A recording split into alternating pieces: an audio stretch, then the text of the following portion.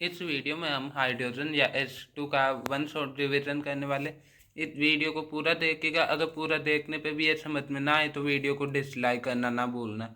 तो सबसे पहले हाइड्रोजन होता है। हाइड्रोजन के अंदर आप चाहे तो ये नोट भी पढ़ सकते हैं पॉज करके। अगर पॉज करके सिर्फ नोट पढ़ेंगे तो बहुत टाइम नहीं मिलेगा, इसलिए वीडियो को लाइक कर देना।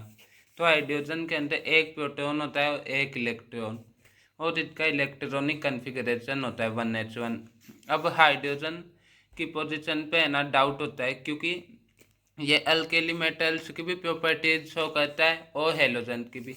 अभी फ़िलहाल इसे अल्केली मेटल के साथ में रखा गया है, लेकिन इसकी पोजीशन पे कंट्रोवर्सी बहुत टूटी थी, क्योंकि ये ऑक्साइड भी बना देता है वो हेलाइड्रोसल्फाइड के साथ में रिएक्शन भी कर लेता है, जैसे कि वो HCl वो भी बना देता है।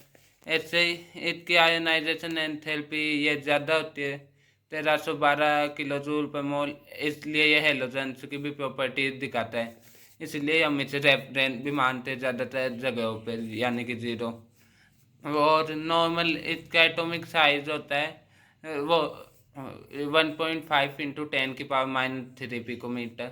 लेकिन नॉर्मली किसी भी एटम का एटॉमिक साइज होता है 50 to 200 पिकोमीटर, यानी कि इसका बाकी एटम से बहुत कम होता है एटॉमिक साइज अकेले हाइड्रोजन का। इसलिए हमेशा H2 के फॉर्म में ही एग्जिस्ट करता है। बहुत रेयर केसेस में ये H बन सकता है, और उसके लिए भी बहुत ज़्यादा एनर्जी यूज करनी पड़ती है। अब इसकी ऑकरेंस ये यूनिवर्स में सबसे ज़्यादा पाया जाने वाला वो एलिमेंट है, यानी कि यूनिवर्स में जितने भी एलिमेंट का टोटल मास है उसमें से 70% ये अकेला कवर करता है। अब इसके 3 आइसोटॉप्स होते हैं, प्रोटियम, ड्यूटेरियम और ट्रिटियम। प्रोटियम के अंदर 1s1 लिखते हैं, यानी कि प्रोटॉन भी एक और इलेक्ट्रॉन भी एक।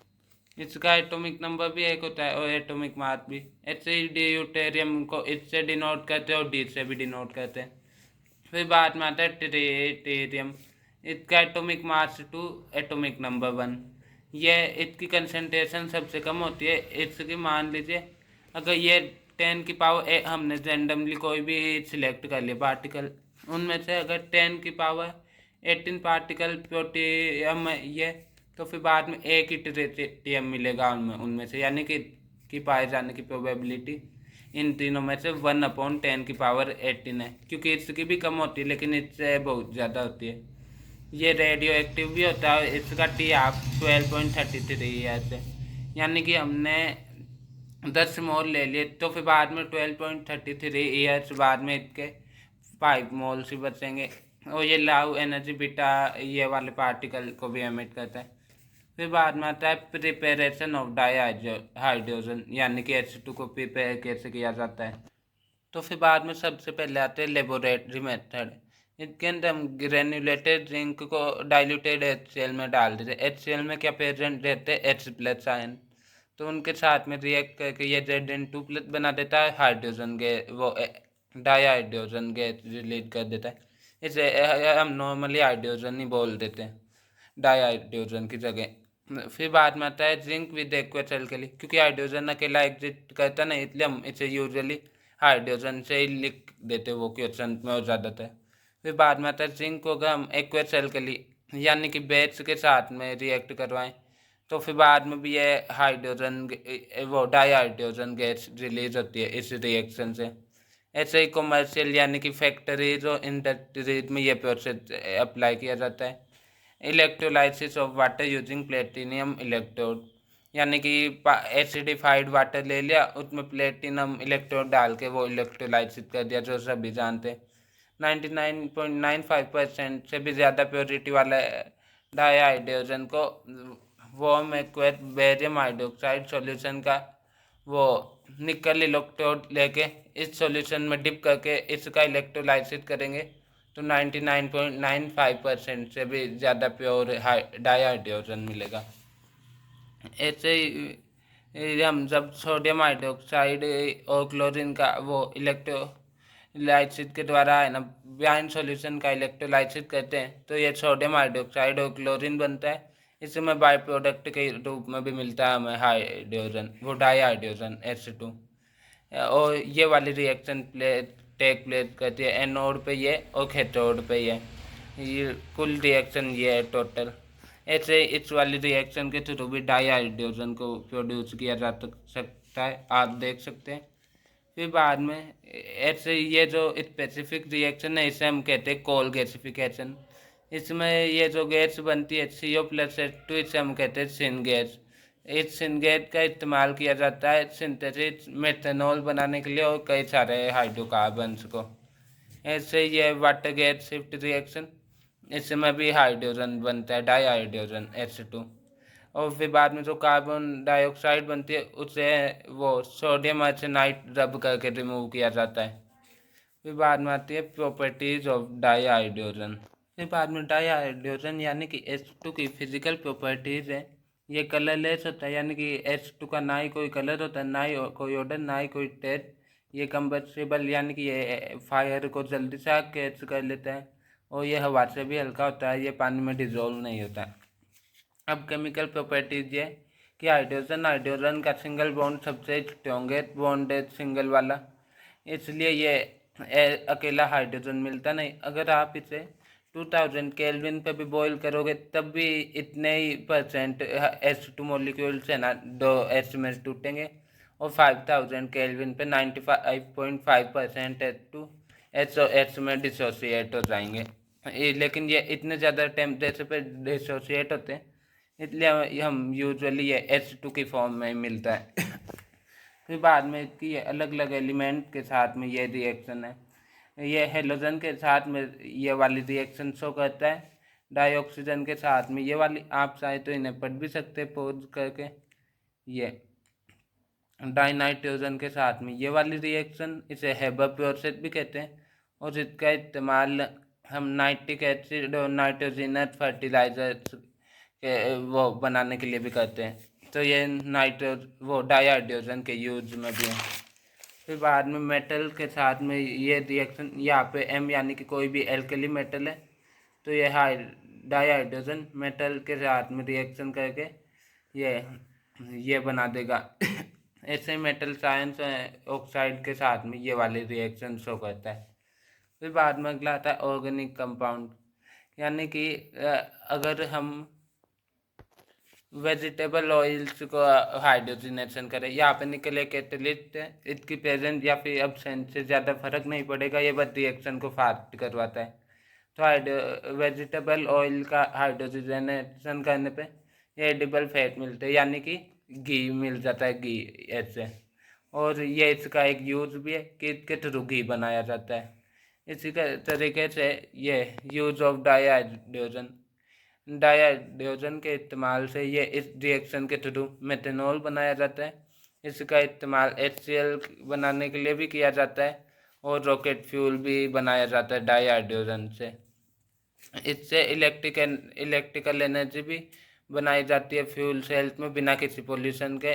इसका इस्तेमाल हैवी मेटल ऑक्साइड को मेटल में रिड्यूस करने के लिए भी करते हैं।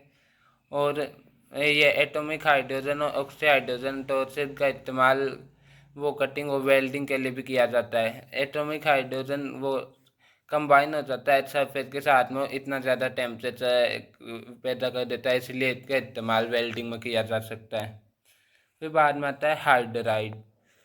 नोबल गैसेज के अलावा जितने भी एलिमेंट्स हैं वो सभी डाइहाइड्रोजन के साथ में कंबाइन होकर बाइनरी कंपाउंड बना देते हैं, जिन्हें कि हाइड्राइड कहते हैं। अब इनकी भी 3 कैटेगरीज है। पहला है आयोनिक या सेलाइन हाइड्राइड्स, यानी कि अब बात यह है स्टोइचियोमेट्रिक कंपाउंड। स्टोइचियोमेट्रिक कंपाउंड क्या होते हैं, मान लीजिए जैसे कि यह है H, हाँ यह है HCl, तो यहाँ पे HCl कितने रेशियो में, 1:1। ऐसे ही हमने ले लिया वो CO2, यहाँ पे ये 1:2 में, तो ये स्टोइचियोमेट्रिक है। लेकिन यही कहीं दूसरी तरफ 1:0.59, 1:0.67, ऐसे है ना। आप ऐसे समझ लीजिए होल नंबर में ना हो रेशियो, यानी कि नंबर्स में ना हो के ऐसे फ्रैक्शन वाला रेशियो, तो फिर बाद में ये नॉन स्टोइचियोमेट्रिक है। वैसे 1:2, 2:3 ये समझ गए होंगे कौन सा टाइप है, ये वाले स्टोइचोमेट्रिक कंपाउंड होते हैं। फिर बाद में स्टोइचोमेट्रिक कंपाउंड होते हैं 2H2 के, वो ज़्यादातर H ब्लॉक के साथ में बनने वाले स्टोइचोमेट्रिक कंपाउंड जो कि इलेक्ट्रोपॉजिटिव होते हैं उन्हें हम आयोनिक हाइड्राइड कहते हैं। और ये जो हल्के मेटल हाइड्राइड्स होते हैं जैसे कि LiHBH2OMgH2 ये कोवेलेंट कैरेक्टर्स भी दिखाते हैं बहुत ज़्यादा, लेकिन होते ये आयोनिक ही है। फिर बाद में अगला आता है ये क्रिस्टलाइन होते हैं और नॉन वोलेटाइल, यानी कि ये जल्दी से गैस नहीं बनते, यानी कि गैस नहीं बनते। ये अपने मोल्टन स्टेट में इलेक्ट्रिसिटी कंडक्ट करते हैं, यानी कि सॉलिड स्टेट में नहीं करते इलेक्ट्रिसिटी कंडक्ट। और अगर हम इनका इलेक्ट्रोलाइसिस करेंगे तो ये एनोड पे H2 गैस को निकालेंगे। फिर बाद में ये पानी के साथ में वॉयलेंट रिएक्शन करते हैं और H2 गैस का फॉर्मेशन कर देते हैं। और लिथियम आयोडाइड का यूज़ किया जाता है बाकी के आयोडाइड को बनाने से, जैसे कि यहाँ पे ये रिएक्शन दे रखी हैं। फिर बाद में अगला आता है कोवेलेंट या मोलिकुलर हाइड्राइड से। तो फिर बाद में ये जो H2 होता है यानी कि डाई हाइड्रोजन, ये ज़्यादातर पी ब्लॉक एलिमेंट के साथ में मोलिकुलर कंपाउंड बनाता है। ये कोवेलेंट भी होते हैं इसलिए वोलेटाइल भी होते हैं, यानी कि जल्दी से गैस फॉर्म में चल जाते हैं। इसके 3 क्लासिफिकेशन है। इलेक्ट्रॉन डेफिशिएंट यानी कि जिनमें इलेक्ट्रॉन की कमी है, यानी कि लीविस इलेक्ट्रॉन स्ट्रक्चर में इलेक्ट्रॉनों की कमी होएगी। इलेक्ट्रॉन प्रेसाइज यानी कि इलेक्ट्रॉन भरे हुए रहेंगे लेकिन एक्स्ट्रा नहीं रहेंगे। और इलेक्ट्रॉन रिच जिसके अंदर लोन प्रेजेंट रहेंगे, यानी कि इनमें वैकेंट ऑर्बिटल मान सकते हैं, वैकेंट ऑर्बिटल रहेंगे, इसमें कुछ नहीं रहेगा, इसमें लोन पे रहेंगे। फिर बाद में आता है मेटल या फिर ये सभी नाम वाले हाइड्राइड्स। तो फिर बाद में ये वाले जो होते हैं सारे ग्रुप 13 के एलिमेंट इलेक्ट्रॉन डेफिशिएंट वाले बनाते हैं, वो इलेक्ट्रॉन डेफिशिएंट मोलिकुलर हाइड्राइड। सारे ग्रुप 14 के एलिमेंट है ना टेट्राहेड्रल ज्योमेट्री वाले, ये वाले बनाते हैं कोवेलेंट और इलेक्ट्रॉन प्रिसाइज इस कैटेगरी में आते हैं। और ग्रुप 15 से 17 में लगभग ये वाले बनाते हैं सी। फिर बाद में अगला आता है मेटेलिक या फिर नॉन स्टोइचोमेट्रिक और इंटरस्टिशियल हाइड्राइड। ये DOF ब्लॉक के द्वारा बनाए जाते हैं। इसके अंदर ग्रुप 7, 8 और 9 ये वाले हाइड्राइड बनाते नहीं है, और ग्रुप 6 में भी सिर्फ क्रोमियम ही बनाता है ये वाले हाइड्राइड। और ये मान लीजिए इनके पेरेंट मेटल से हीट और इलेक्ट्रिसिटी को कंडक्ट करते हैं, लेकिन ये खुद हीट और इलेक्ट्रिसिटी को कंडक्ट नहीं करते।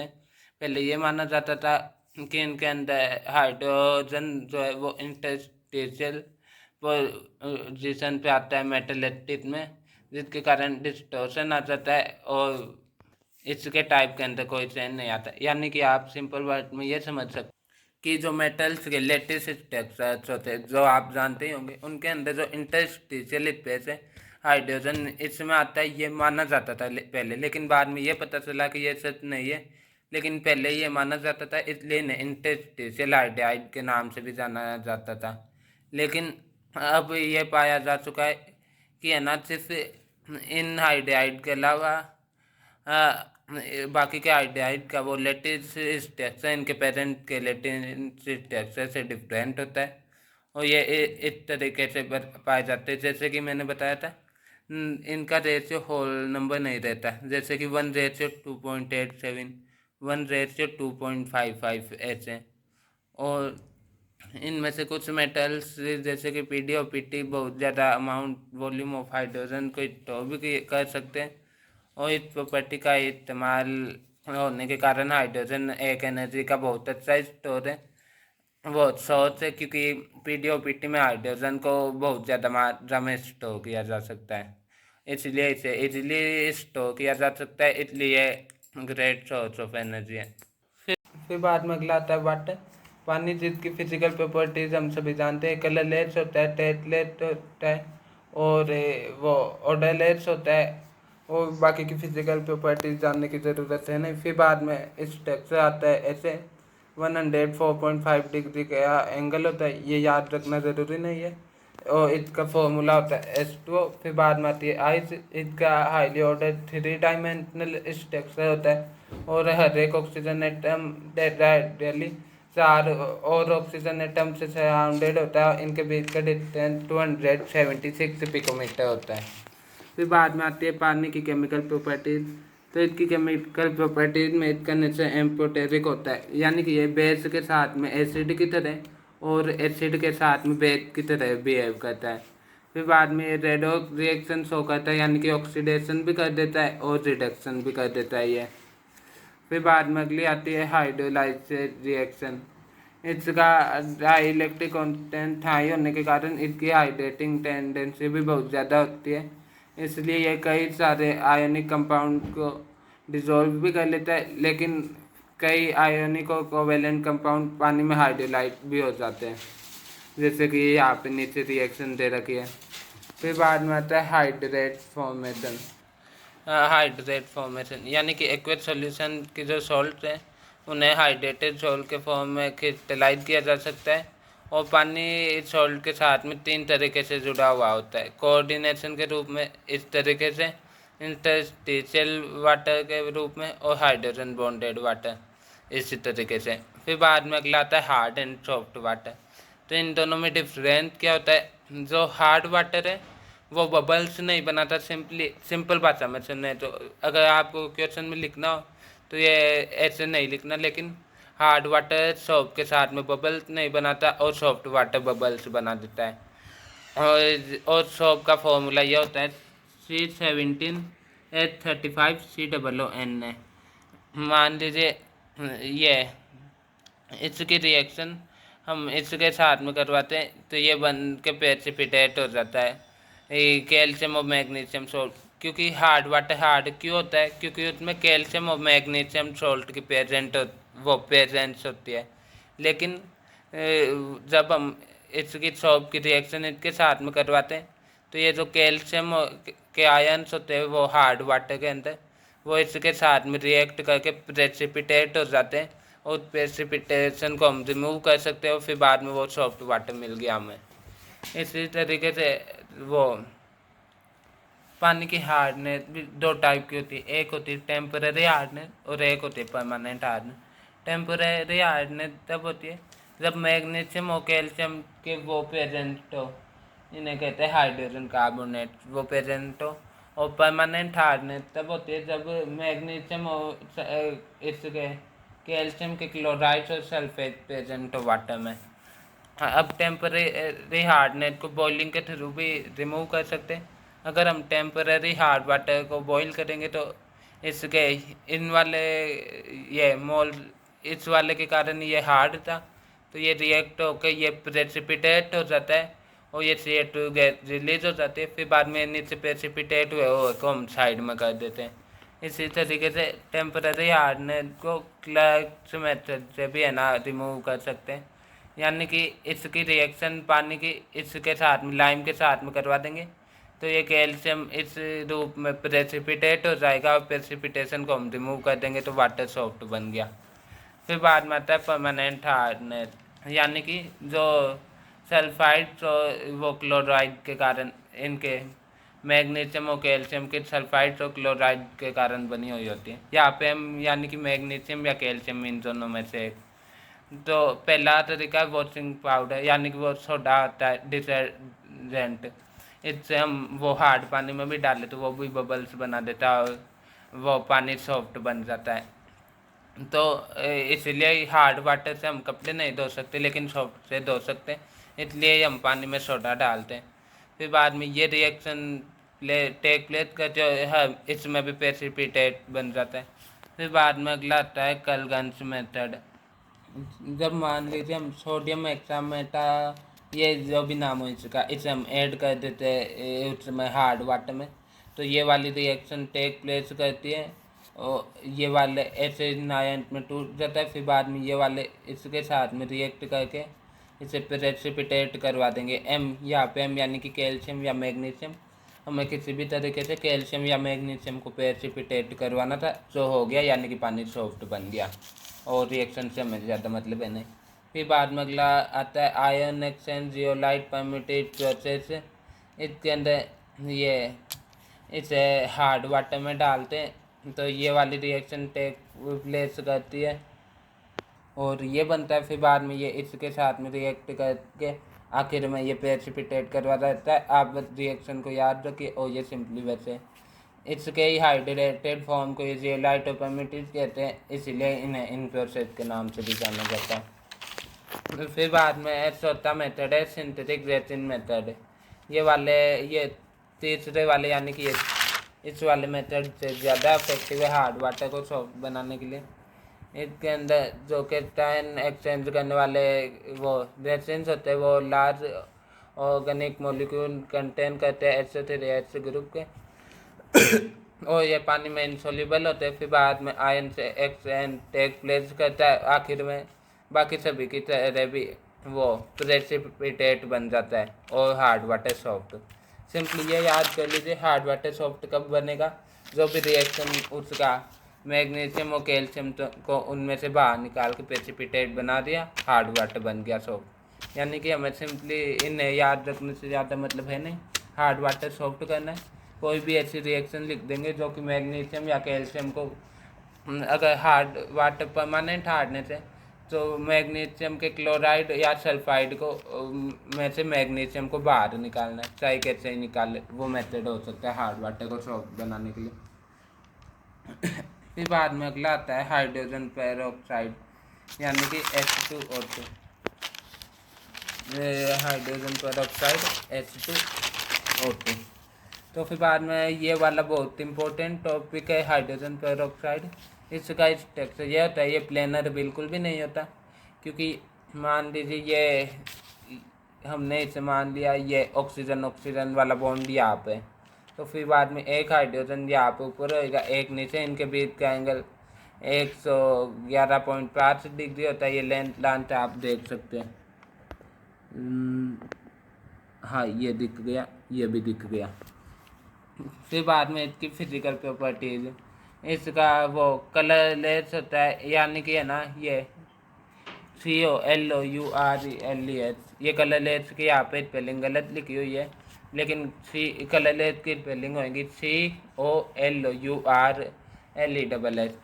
लगभग ये बहुत हल्का ब्लू होता है, उससे कलरलेस भी कह सकते हैं।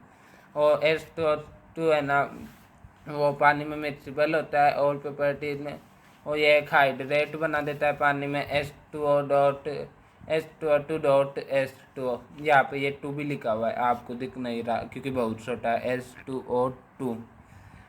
और 1 मिलीलीटर और 30% H2O2 का ये 100 ml ऑफ ऑक्सीजन देगा इस टिप पे। अब मेन इम्पोर्टेंट टॉपिक मैंने कहा था इम्पोर्टेंट, अब इसमें इम्पोर्टेंट ये वाला पॉइंट है, यानी कि कमर्शियली जो मार्केट में सैंपल आता है वो 10 वॉल्यूम है। यानी कि मान लीजिए 10 VH2O2 है, तो इसका मतलब ये है कि सैंपल में 3% H2O2 है। 100 भी है, इसका मतलब 30%। तो मान लीजिए आपको ऐसे दे दिया जाए कि मान लीजिए 200 VH2O2 है, तो फिर बाद में कितना परसेंट H2O2 होएगा उसके अंदर, तो आंसर आ जाएगा 60%। फिर बाद में अगला आता है, और इसका 30% का 1 मिलीलीटर 100 ml ऑक्सीजन देगा वो HT पे।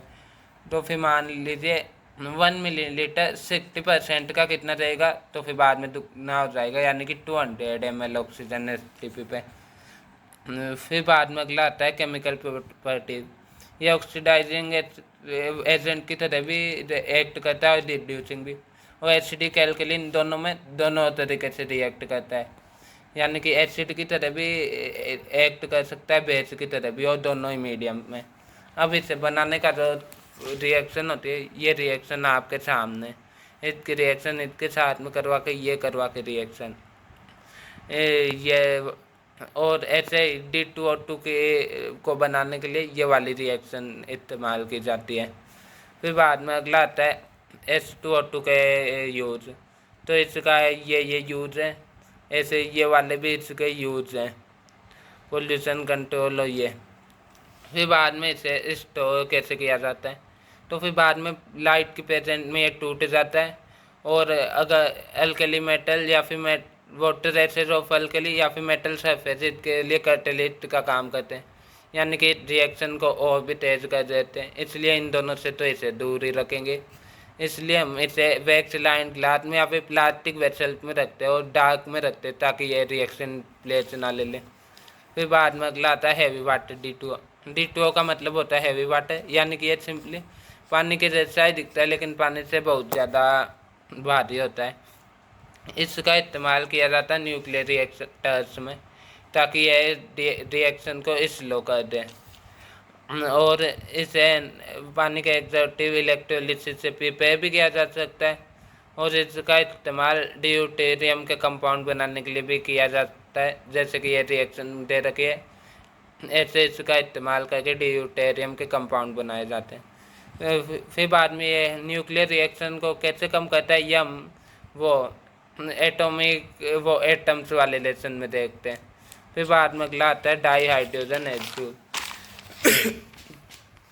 ये वाला टॉपिक आप में से कई लोगों ने सुना होगा कि अगर हम हाइड्रोजन गैस को फ्यूल के रूप में इस्तेमाल करने लग जाए तो बहुत ज़्यादा पोल्यूशन कम हो जाए और वर्ल्ड में एक रिवोल्यूशन आ जाए और बहुत कुछ हो जाए। तो ये कैसे?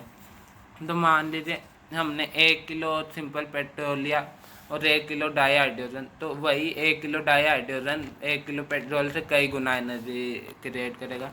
यानी कि आप वॉल्यूम में ले लो या मास में ले लो या मोल्स में, तीनों में से किसी भी चीज़ में कंपेयर कर लो, हमेशा डाई हाइड्रोजन ही ज़्यादा एनर्जी प्रोड्यूस करता है। लेकिन अब इसके अंदर ये आता है कि अगर ये ज़्यादा एनर्जी प्रोड्यूस करता है तो इससे हम यूज में क्यों नहीं ले सकते। तो इसे यूज में ना ले पाने के 2 मेन कारण हैं। सबसे पहला मेन कारण है कि मान लीजिए आपने 1 सिलेंडर भर लिया पेट्रोल का और 1 सिलेंडर भर लिया वो H2 का, दोनों सेम मात्रा के सिलेंडर है, यानी कि सिंपली एक सिलेंडर है, दोनों में इक्वली वॉल्यूम के सिलेंडर। तो हाइड्रोजन का वाले सिलेंडर का वेट पेट्रोल वाले से 30 गुना ज़्यादा होगा, इसलिए इसे कैरी करने में भी मुश्किल आएगी। और ये तो फिर भी छोटा कारण है, सबसे बड़ा कारण ये है कि डाई हाइड्रोजन यानी कि H2 जो गैस है वो लिक्विड बनता है 2 केल्विन टेम्परेचर पे। ये यहाँ पे आई लिखा हुआ है, आपको वो आई का वो ऊपर का डॉट छोटा है इसलिए दिख नहीं रहा। तो फिर बाद में ये 20 केल्विन पे बनता है लिक्विड, और 20 केल्विन का टेम्परेचर पाना अभी तक बहुत ज़्यादा मुश्किल है, यानी कि पा भी ले तो बहुत ज़्यादा एक्सपेंसिव पड़ता है, इसलिए ये इसकी मेन लिमिटेशन है। और ये डाई हाइड्रोजन पॉल्यूशन भी बहुत कम करता है, क्योंकि इसके अंदर बस N2 इम्प्योरिटी निकलती है, वो भी हम कम कर सकते हैं अगर इसके अंदर पानी डाल दें, ताकि वो N2 डाई नाइट्रोजन और डाई ऑक्सीजन की रिएक्शन ही ना हो। तो इसलिए इसका मेन लिमिटेशन ये है कि ये है ना 20 केल्विन का टेम्परेचर पाया नहीं जा सकता, पा भी ले तो बहुत एक्सपेंसिव पड़ेगा, इसलिए ये अभी तक यूज़ नहीं किया जा सकता फ्यूल के रूप में। इसलिए इसे यूज़ करने के लिए कोशिश कर रहे हैं कि किसी तरीके से मशीन बने जो इस टेम्परेचर को पाले आराम से सस्ते में।